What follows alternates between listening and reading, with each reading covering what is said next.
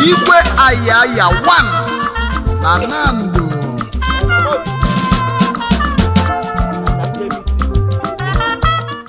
Meeting no monna. Come on.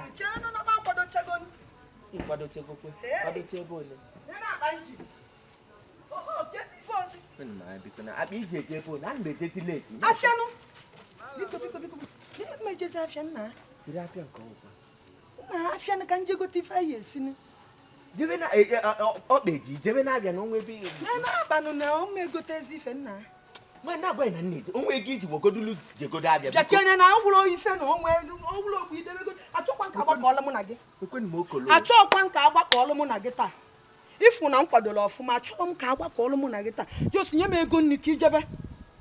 Nye be ego nni ka ijebe achọ m ka agba ka olu mu na gi. Kedu ibe na aka akọma m obi na ego nni na aba ọchịchị federal government federal ka yeli nye me ego nni onwe nke iji wogodulu kwa na na-etesi late kwọta n'ibe na-ekwu ntị na na-etesi chọka da amụra meeting onwe nke iji wogodulu achọ eji ni kwa na ọbụrụ dị ọkpala bụ biko achọrọ m akụkọ nye me ego nni biko na achọrọ akụkọ anyị na akụ mma adọkwa ife ọzọ ụbọchị adị ọkwa mma nekwa nka nkwadola ọfụma na nye me ego nni na before mụ na gị enwe isi anyị agbakọrọ mụ na anyị na nwaanyị anwa maka chọọ ụlọ ọbụrụ na nwunye m nke iwe ọbụrụ ọbụrụ na nwaanyị nji ego m je n'ụta ụdị ọkpama na ogo ọkpam Hey!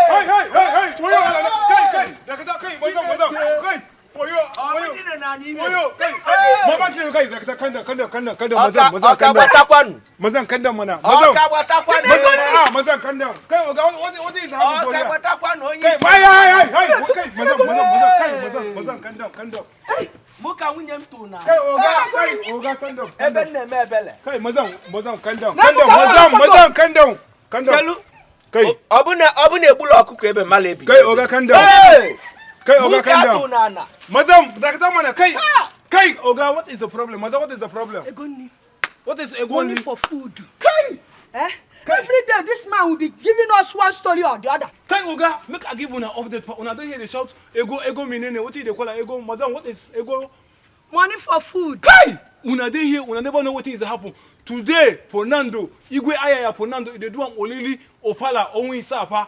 In fact, if you come for Nando, today will be Friday. You go eat them for Suya night, pa. Come on Saturday is the month Ofala day. If you come, Ike Mwazari is a come. Chisco is a come. This man, Onwa Osadebe, Chijoke Onwa Osadebe is a come. Well, I come chop, come enjoy. Come on, if na money be your problem, if you come for Igwe Ayaya, come pray. Allah will do it for you, pa. Madam, me as a let's go. Enough enjoyment today. Wait, Oga Bakuze go, pa. Eze beba no, afugo. Asini Igwe Ayaya. Neli Olili Onwa Isaa tata. Igwe no nya Hausa. Bo nya Hausa ji malu no Igwe Ayaya neli Olili Onwa Isaa tata. Anya ni Igwe Ayaya abago kwen international. Obugo global. Hey! Na meeting no mu ajebu mo nwem na meeting no. Nando, here I come. Pito. Bia. Ojiefi.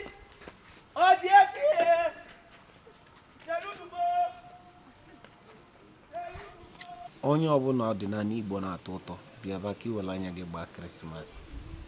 Ihe eso lie, ihe eso nwụọ. Ọ nwere onye ọ na-asọ nsọ.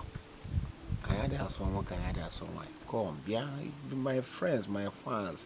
Onye ọbụla ife ọdịnala na-adị mma ji eziokwu iso ọdịnala. Come to Ayaya. And bịa that day, and may promise gị na ife dị iche ga-eme na ndụ ya. As from that day up.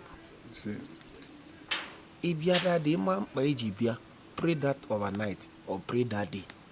That problem must solve. Yeah, I'm advising everybody.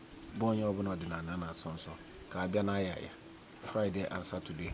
Oga bota as Ụmụ Igbo, ọkwanụ mmemme Ayaya Cultural Festival ka a na-ekpokwu ya. Olili Ofala Onwa Isaa Ayaya maka ịkwalite asụsụ na omenala Igbo ya ka eji ogara wee na-akpọ mmadụ niile oku. Ụmụ Igbo, ọhaneze na ndị omenala Igbo na-amasị na Olili Ofala Festival nke nnukwu onye nchịkọba bụ Chief Priest Nnamdi Nwawuo Igwe Ayaya nke Nando eze alụsị Igbo niile ekwenekwa ka akọrọ nyebi ya akọrọ maka na ndị eji egwu ekpere wee mara dịka Ike Mmazili, Chisco Umeri, Chijoke Osadebe na ndị ọzọ ga-anọ na mmemme live ọ ga-adị wee mee n'abalị 17 nakwa abalị 18 nke ọnwa Nọvemba afọ 2023 na ngurube Igwe Ayaya na Oberu n'isi oye Nando n'okpuru ọchịchị ime obodo Anambra East. bịa maka na ihe gịrịgịrị ga-anya anya ebe igori na ọṅụṅụ ga-anya ọnụ ọnụrụ ka ọ dị ibe ya o. Ayaya Cultural Festival omenala ndị ga-adịgide.